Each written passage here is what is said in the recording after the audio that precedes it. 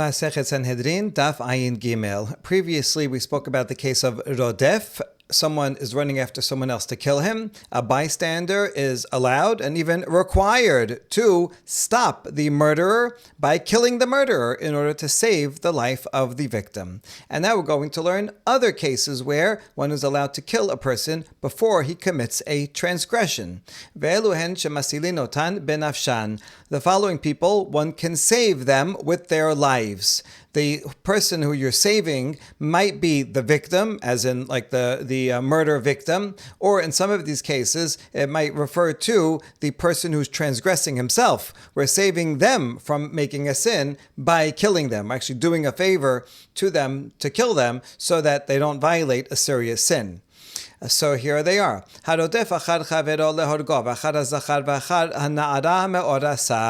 Someone who's running after someone else to kill him, so that's for murder. He's running after a male to have relations with him, or he's running after a girl who's between 12 and 12 and a half, and she is already me'oreset to a man. So in these three cases, you can kill the person who is going and trying to do these transgressions. אבל הרודף אחר הבהמה והמחלל את השבת ועובד עבודה זרה אין מסילין אותן בנפשן. However, if someone is running after an animal to commit bestiality, or he's about to violate Shabbat, he's about to build a house, or someone's about to worship avodah zarah, is about to make a sacrifice to an idol, one does not kill that person. Now, although these are all chayab mitah, so what you should do is warn the person and tell them, don't do this or else, don't you know, and so on. And then if he does it anyway, then you bring him to court and you testify in court. And the court will decide whether to give him capital punishment or not. But these people, you cannot kill them beforehand. One main difference is that these are victimless. I mean, there is the animal, but that's not a person, so the animal probably won't suffer too much. Violating Shabbat is no victim, and idolatry, right? There's no person who is a victim, whereas these have someone who's going to get harmed irreparably, and so one has to stop them. Okay, what about other Gilui Arayot? The Gemara will deal with that. Tenor Banan. What's the source that a pursuer can be killed in order to save the victim? Talmud Lomar lo ta'amod al dam re'echa. The pasuk says, don't stand by idly by the blood of someone else. You see the victim here is about to be killed. You just sit and watch while he's being killed? No, if you can do something about it and stop it, you have to stop it, even if that means killing the murderer. Hold on, this pasuk, is this really coming to teach us about Rodef? We already used this pasuk for a different law, as the Baraita teaches, how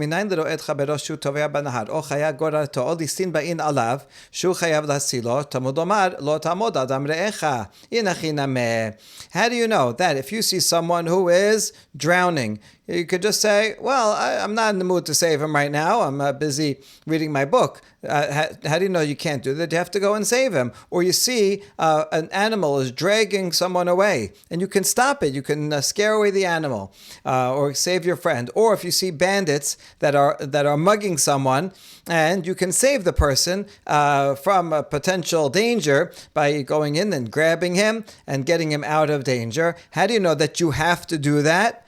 Because the pasuk says, don't stand by idly while your friend's life is in danger. These bandits, who knows what they'll do? They may kill him. And so, if you can save him in all these ways to get the point is getting the person out of danger, not necessarily killing the bandits, because that would be the same as Rodef. But rather, you can swoop in and get your friend, that you have to. So we need this pasuk already to teach us that you have to save your friend. So we say, oh, indeed, in achinameh. This pasuk is coming to teach us that you have to save someone from drowning and from other dangers. So back to the drawing board. How do you know that you can kill someone who is doing who is going to murder someone? We're going to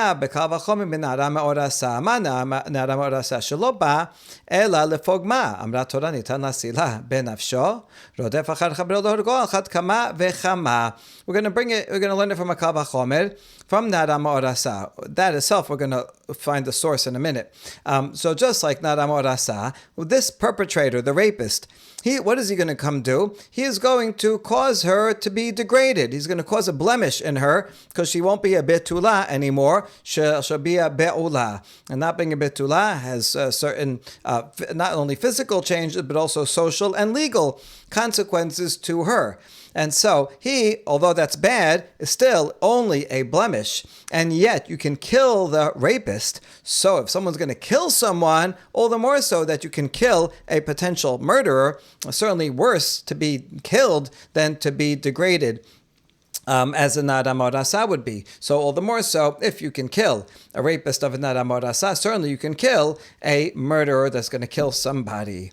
Now we ask, V'chi min hadin? Wait, we have a law that you can't give capital punishment based on a kal v'chomer. Kal v'chomer, although it's a very good and generally it seems very reasonable, but it's not foolproof because a lot of times you can focus on one aspect or another and make a kal v'chomer in opposite ways. And so we don't kill people based on a simple kal v'chomer. We need something more. Tebe Rabbi Natan hekeshahu ki kasher yakum ish al re'ehu ur sa'cho nefesh v'chi lamadnu mi roseach. So Rabbi Abraita from the house of Rabbi, from the study house of Rabbi, says it's actually a kesh. We're just juxtaposing two things in a pasuk. Let's look at the pasuk inside. This is talking about rape. Im basadeh imaseh imsa ish et hanara ma'orasa v'chzik ba v'ish v'shachab ima.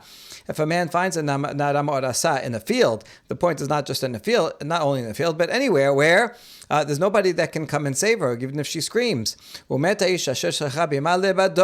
it turns out there are some witnesses somehow, then he will get the death penalty. So certainly he does, because he did this terrible sin. It's adultery. However, for the Na'ara, don't do anything. She gets no capital punishment. Why? It's like someone goes and kills someone else. It's the same thing. If someone kills someone else, or attempts to kill someone else, if he actually does, then you give the killer capital punishment. The victim doesn't deserve any punishment. Now, it happens to be that the victim in a murder case is already dead, so you couldn't possibly give any punishment. But the point of the analogy is that the victim is totally had no choice in the matter. And so you wouldn't blame a victim of murder. That would be crazy. Same thing, you should not blame a victim of rape. The Pasuk has to say this, it has to go out of its way to make this analogy that seems obvious to us. But in the ancient world, it was not obvious. A lot of times in the ancient world, even if a girl was raped and she had nothing to do with it, she was not willing at all. Nevertheless, society kind of blamed her, blamed the victim, and would give her a punishment too. She's degraded, and that's it. So Torah is very importantly says, no, don't think of it that way. Rather, compared to a murder victim, you would feel bad for the murder victim. You wouldn't punish that. They wouldn't deserve punishment.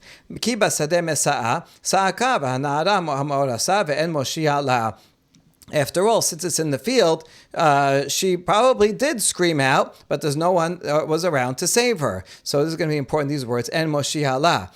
From the fact that it says there was no one there to save her, that means if there was someone around that could save her, he would be obligated to save her by killing the rapist. Okay, so this is all going to be important. Now, what do we learn from Rotseach? Where do we learn this from? That you don't kill the girl? From Rotseach. Okay, good. So that's why the Torah itself makes the comparison. But once you make a comparison in one direction, we can learn something also in the other direction. Originally,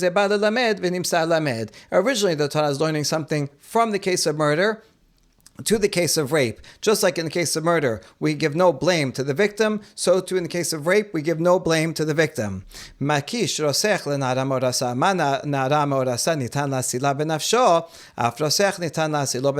we'll learn the other way as well. Just like Nadam Orasa, one is allowed to kill the rapist to save the victim, so too a murderer, a rodef, one can kill the rodef in order to save the life of the victim. So that's how we learn that you can kill a rodef. Now all this was assuming that you can kill the rapist, but how do we know that? V'na'ara me'orasa gufa minalan. So how do we know na'ara me'orasa? You can kill the man. Kedetana debe Rabbi Ishmael. Detana debe Rabbi Ishmael. Ve'en moshiach la. Yesh moshiach la bechol davar she'echol lehoshia. A Baraita from the school of Rabbi Ishmael teaches from the words, oh, she's out in the field, there's no one to save her. So we assume that she was not consensual. But that means that if there was someone around who could save her, then he has to save her, and that means he has to do whatever is needed. If he can do so in a simpler way, then she should use a simpler way. But if not, if the only way he can save her is by killing the rapist, then he can and must do so. So that's how we know. That's how we learn Na'ara me'orasa, and we learn Rodef from that. Gufa. Now that you mentioned Baraita up above about saving someone's life who's drowning, let's analyze that further. How do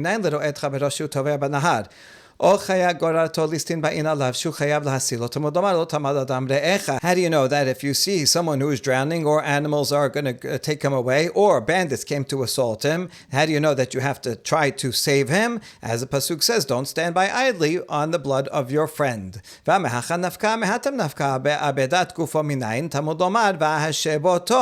Law. Wait a second. Even this law of saving someone who's drowning and the other cases, do we really need lo tamod adam re'echa teach us that? We have another way of learning it from the law of Hashavat Aveda.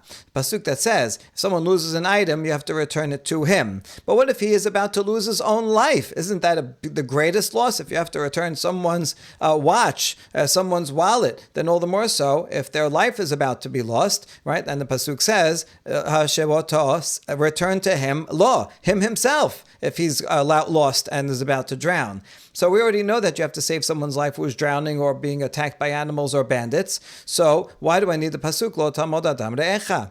And the answer is imehatam hava amina hanemila benafsheh v'mitrach umegar agore emala kamashmalan. If I only had the pasuk v'ashebotolo, I would only know that I have to save him myself. If I see him drowning and I know how to swim well and I remember my CPR and my lifeguard course, then I have to go jump in and I have to save him. But let's say I'm not a lifeguard. I don't know how to save him. Do I have to go bother to hire someone, go and call someone else and hire workers and say, hey, I'll pay you this much, come and save this person? Do I have to bother to do that? If it's only from the pasuk v'hashebotolo, I would not know that I have to do that. And that's why it says, lo tamod dam re'echa. Even if I can't save him myself, I don't know how to do it, I have to go and do whatever I can and call people and hire people to come who do know how to save him, and that's all part of the obligation. Tenora banan. Now we have a baraita that is going to expand on the Mishnah of people that I can save from sinning.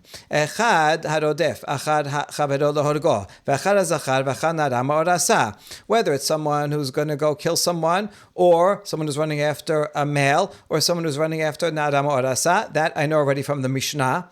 But this baraita adds more cases. V'echad chayave mitot betin, v'echad chayave kiratot masin notan benafsho. Or someone's running after someone else to have illegal relations, such relations that would be liable to capital punishment in a bet din, like adultery.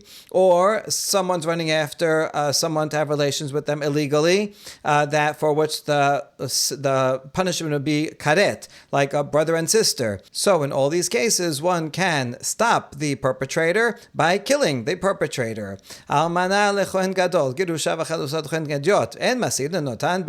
However, for lesser prohibitions, only a lav, if an almanah was, if a kohen gadol was running after an almanah to have relations with her, or a regular kohen to a gerusha or chalutza, these relations are also prohibited. But since it's not mitah, it's not karet, so then we cannot stop the person by killing the Kohen Gadol or killing the Kohen in order to stop them, because it's a lesser prohibition. Other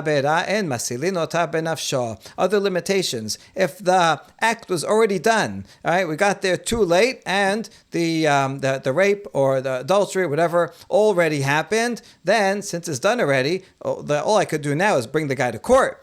but I can't kill him after the sin was already committed. Yesh la moshiyah en masilin ota benafsho. We also learned that if someone can stop the sinner, the perpetrator, in a different way, besides by killing the perpetrator, then you cannot save them by killing the perpetrator. If you can stop them in another way, just by pushing them to the side, or just by injuring them, then you have to do so. Rabbi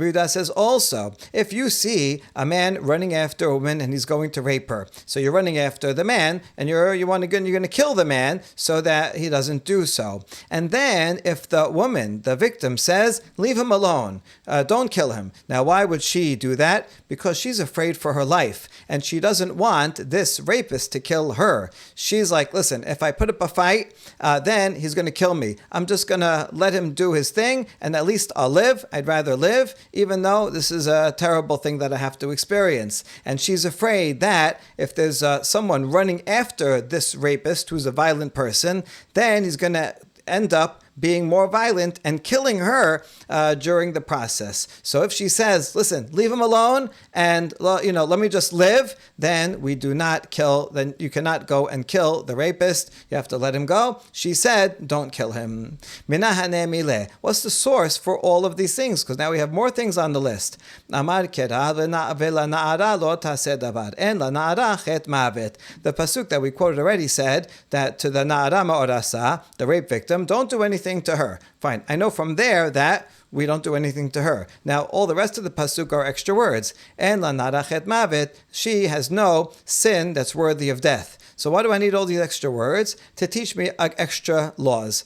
Na'ar ze zechur. Now, the word na'ara contains within it na'ad, it's ketiv, na'ad, and he actually is just part of the vowels. Na'ara, it's a vowel letter. So since it says it's written na'ad, so that means that it comes to teach the case of homosexuality. Na'ara zo na'ara me'orasa, and then the way it's actually pronounced with the he na'ara, that is telling us that you are also allowed to kill the rapist of a na'ara me'orasa. Chet elu chayav bekeretot mavet elu chayav bemitot bet din, and the word chet comes to include any sin, sexual violation that would be liable to karet. One can kill the man before he commits it, and mavid comes to teach any arayot for which one would be chayav mitah. In a bet din, one can kill the man before he violates a woman to whom he is prohibited by mitah. Kol hane lamali. And now we ask, why do I need a separate derivation for each of these laws? Why can't you just tell me that it applies to one law, that you kill the perpetrator, and then I could derive from that to similar cases? And the answer is, if the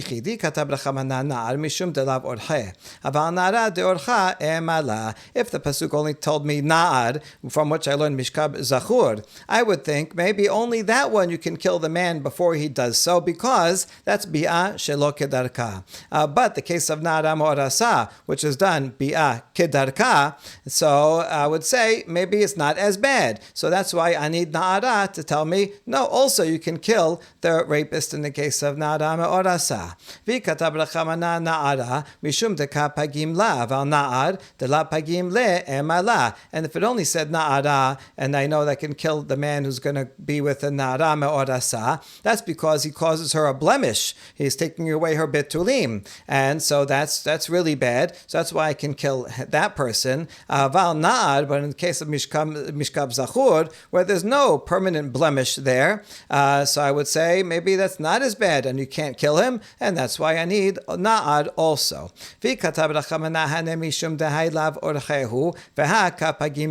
Now I've had both of those regarding mishkab zachur and na'ara me'orasa. I would say those are special cases. In fact, these are the only cases that were mentioned in the Mishnah. So maybe the author of the Mishnah, in fact, thinks that this is true. So these are special cases because they're really bad, because one of them is bi'ah shelo kedarka, and one of them causes a permanent blemish. Aval sha'ad ayirot or chayhu v'la nafish pigmayhu emala. But other cases of prohibited relations, which are kedarka and do not cause cause a permanent blemish, I would say that you cannot kill the perpetrator before he acts. Katav l'chamana chet. That's why I need the word chet. If he katav l'chamana chet, hava amina filu chayav lavin. Now if it said just chet, I would say any transgression, even just a lav, like a kohen gadol to an almana.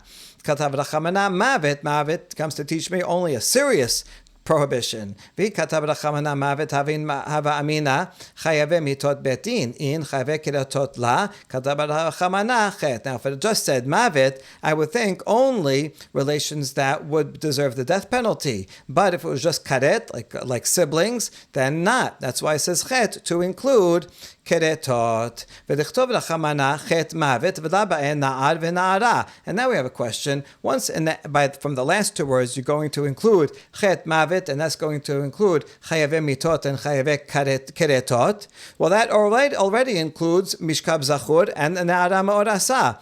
So why do I need to derive anything from na'ar and na'ara? This is now an extra word, and really an extra two derivations from this one word. So we answer, you're right. I could figure out mishkab zachur and na'ara ma'orasa from chet mavet. It's included under these other prohibitions. So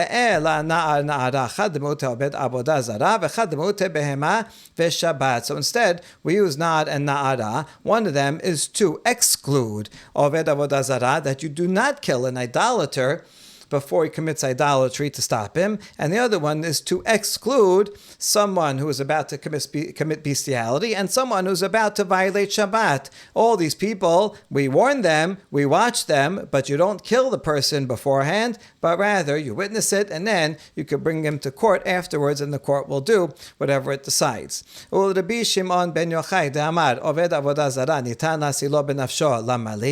on, there is a minority opinion of Rabbi Shimon ben Yochai, who says that if someone's about to do idolatry, you are allowed to kill that person. Idolatry is that serious. So then, why do I need na'ad and na'ara? And he could answer, Shabbat. One is to exclude someone who's running after an animal, and the other is to exclude Shabbat. In fact, it's a little strange over here that we used one word to exclude both behema and Shabbat. What does behema and Shabbat have to do with one another? The note here tries to address it. But Rabbi Shimon ben Yochai, since we are not excluding idolatry, so now we can use one for behema and one for Shabbat.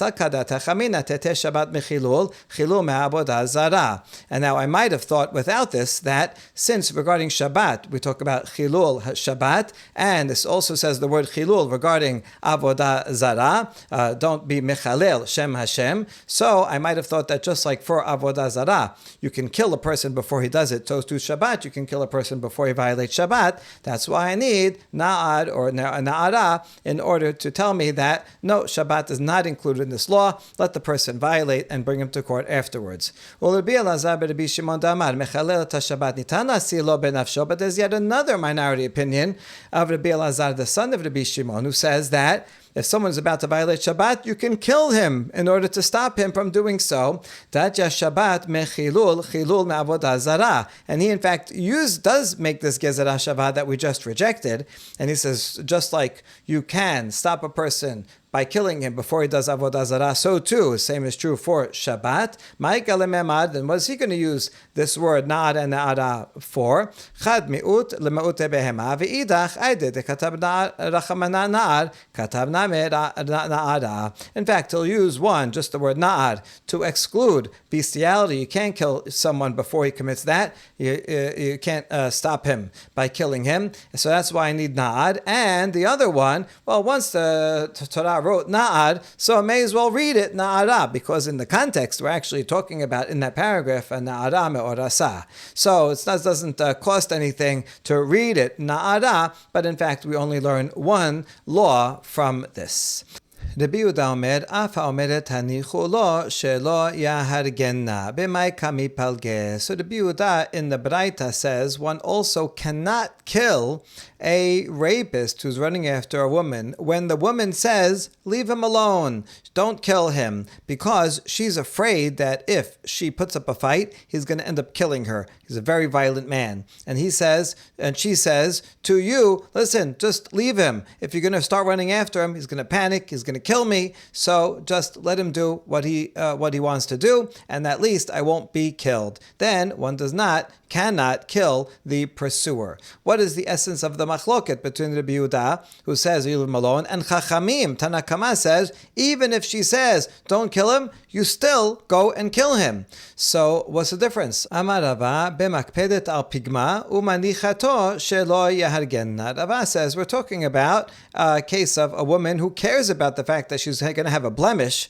right? She doesn't want to have this blemish. She was a na'ara me'orasa, and now she's going to be a be'ula. She was a betula, now she's going to be be'ula. Or any woman, now she's going to have this blemish of whatever sin this is. So it's true, she's unwilling and she doesn't want to have this. However, she says, leave him alone because she's afraid for her life.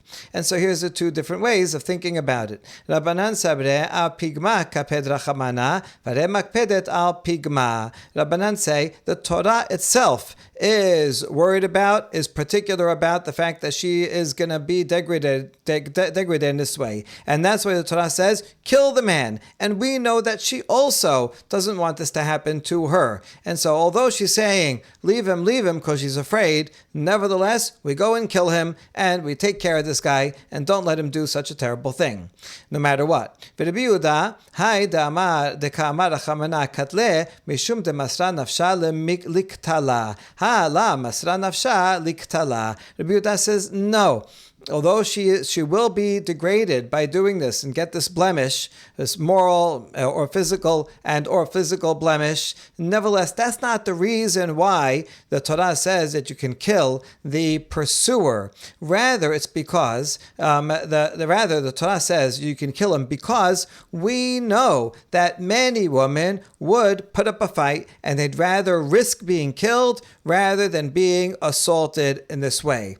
And because of that, if assuming that she does put up a fight, then the man will respond violently by killing her. So, in other words, in many cases, when someone's running after her to be raped, and we assume is going to put up a fight, it's going to be a danger to her life. So, really, most cases of rape are also a rodef, is running after her to kill her, and that's why you can kill the man because we are afraid that he will kill her. However, if she says, leave him alone, so she's not going to sacrifice her life. She's not going to put up a fight. In that case, as bad as it is, this is not worthy of killing the guy before he does the act. Instead, we'll bring him to court afterwards, and hopefully the Bet Din will put him to death or give him whatever punishment it is that he deserves. And that, of course, that's why the Rabbi Yehuda says the blemish itself is not the reason why we kill him. The Rabbanan say the blemish is so bad that he deserves to die no matter what. Even if she says leave him alone, he has to die. But according to the Rabbi Yehuda, the blemish itself is not a reason to preventatively kill him. Rather, it's the fact that he will be violent because she may put up a fight. And that's why we kill him. But if she says, I'm not going to put up a fight, and then we are not afraid that he's going to kill her, then we do not kill him. Amar le Rav Papa le Abaye. Amana l'kohen gadol nameh hapagim la. Rav Papa asks Abaye, wait a second, if a kohen gadol goes and tries to sin with an almana, that's also will cause a blemish. So how come we don't say in that case, it's a blemish, so we should kill the kohen gadol before he does that? Right? You just said that. That's one of the reasons. Is because of the blemish. No, the Torah is only particular about a large blemish involved in a major sin, a sin of mita or karet. But a small blemish, although it's also a blemish for her, if an almana is allowed to be with any kohen, but if the kohen gadol then is with her, she is now a halala and she cannot marry even a regular kohen. And so it is a blemish for her, but it's not as bad as the others, and therefore the Torah is not going to allow a person to kill the Kohen Gadol before he does this act. Now, chet, elu chayave keretot, urminhu, velu na'arot sheyesh lahem kenas, habal achoto. And the Braita learned from the word chet that one can kill a man who is pursuing a woman for whom he is prohibited by chiyuv karet, like siblings. This seems to contradict a Mishnah in Masechet Ketubot that says, Ve'elu na'arot sheyesh lahem kenas. If a man violates a na'ara, an unmarried na'ara, then part of his penalty is that he has to pay 50 shekel to the father of the na'ara. Because she was a betula, now she's a be'ula. It's going to be harder to marry her off. In addition, he has to marry her if she and the father agree. But besides that, he has to pay this fine of 50 shekel. Now, who has to pay this fine? And it gives a list, and one of the people on the list is a Baal Achoto. If this man happens to have relations with his own sister, which is Chayav Karet, then not only is he Chayav Karet, he also pays the 50 shekel. Now, the question is, why would he have to pay? Now, how come first of all, why don't we apply Kim Le B'Drabamineh? And the answer to that is that we only apply that when it's death penalty and a fine, but only karet and a fine, one does get both. So that doesn't come into play here. The question, however, is that if at the time that he is doing the sin with his sister, he is liable to death by someone who sees them and can stop them. If it's en lo damim, as we said over here, chet is elu chaybe keritot. The Braita taught that if you see someone about to sin and chiyuv karet relation, then you're allowed to kill him. If you're allowed to kill him, he's already dead. He's considered dead. It's like he deserves the death penalty. And so if he's considered dead, then he can't also get a fine. So he should not have to pay a fine. But the Mishnah says that he sins with his sister and he has to pay a fine. But at the time that he was just about to sin with his sister, at that very moment, one could kill him. So he is chayav mitah at that point. So he shouldn't have to pay the fine. So that suggests that you cannot stop him by killing him. So how are we going to resolve this contradiction? We're going to see 5 answers. Amaru harabanan kamed Rav Chisda. Mishat hara'a dif gamma iftar la miketala mamona la meshalem ad gemar bi'ah. And so Rav Chisda gave one answer, and he said, well, what if it's actually a two-step process. From the time of ha'ara, that's the initiation of intercourse, just the very beginning of the first touching. At that point, that's already the violation of incest between siblings is already done there. And that act, since it's already done, remember, you can't kill someone after the sin is already finished. And so at that point, before that, you could kill him when you see he's about to do it. Once that initial touch is there, now you can no longer kill him. And when does he have to pay? Only from the time that it actually breaks the bitulim. And that's not until the consummation, until the full consummation, until his member fully enters her. That's when it breaks, and that's when he has to pay. So since the sin of karet happened first and finished, and now you can no longer kill him, so he's not chayav mitah anymore, and only then, when the full penetration happened, then he has to pay. So it happened at 2 different moments, even if it's only a few seconds apart, it's still 2 separate moments. Okay, so that's one answer. That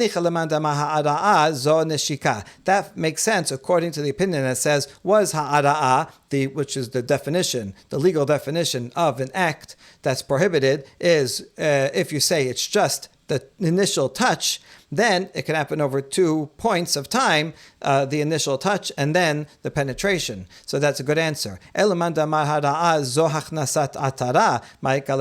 another opinion that says hara'ah means the insertion of the crown. And at that point, that you're going to have the prohibition of incest happen at the same time as the breaking of the betulim. So then, since it happens at the same time, and he is liable to death until the exact moment when the betulim breaks, so there's no time difference, so then he should not be liable to pay. So we need another answer.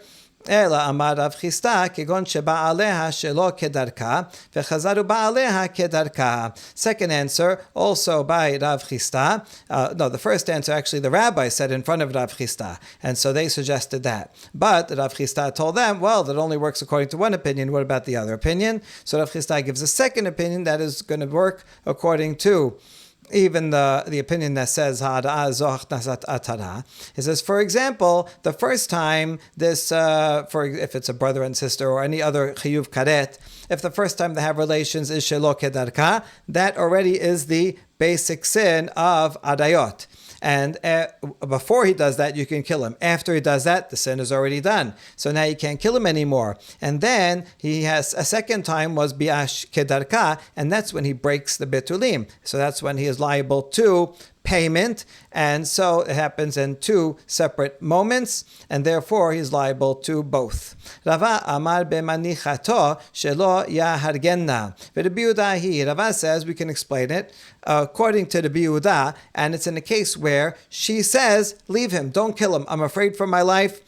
Right? And I'm not going to put up resistance, just leave him alone. In that case, since if you see them, you're not allowed to kill the guy, so he's not chayav mita, and that's why he has to pay.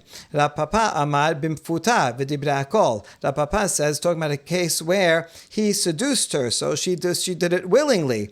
If the woman is willing, then you don't kill the man. You only kill the man when it's a case of rape and she's unwilling to engage in the act at all. But here, because she was seduced and she's willing, you can't kill him. Since you can't kill him, he's not chayav mita, so he has to pay. Abaye amar be'achol lasir be'echad. Abaya says we're talking about a case where you see that he's about to sin, and you can stop him just by shooting him in the leg.